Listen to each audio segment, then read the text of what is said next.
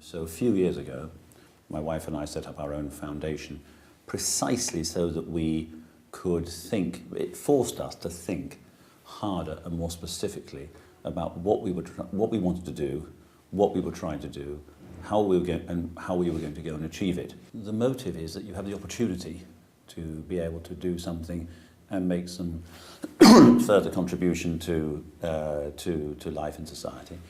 And also you look at the events and things that help shape your life, and that stimulates you and leads you into an interest to go back, examine them and see if you can help support them.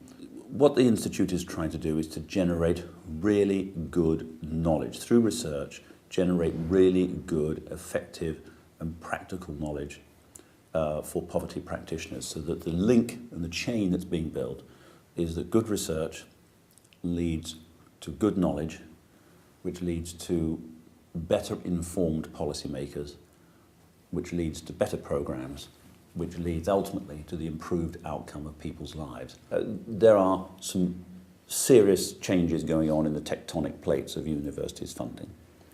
But I think, and I think that universities collectively will do well to pluralize their sources of revenue.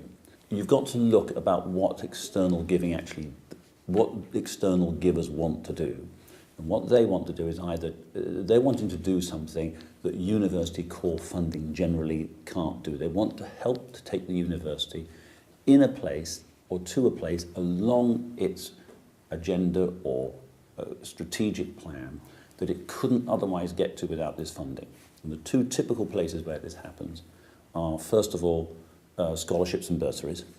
You know, this is the argument about access, helping the institution provide access to students who would not otherwise be able to get there despite their intellectual merit.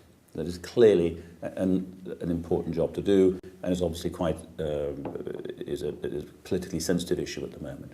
And the other area is that donors can provide funding for research and kickstart research or move research along at a much more accelerated pace than would have been a case if that funding had not been made available.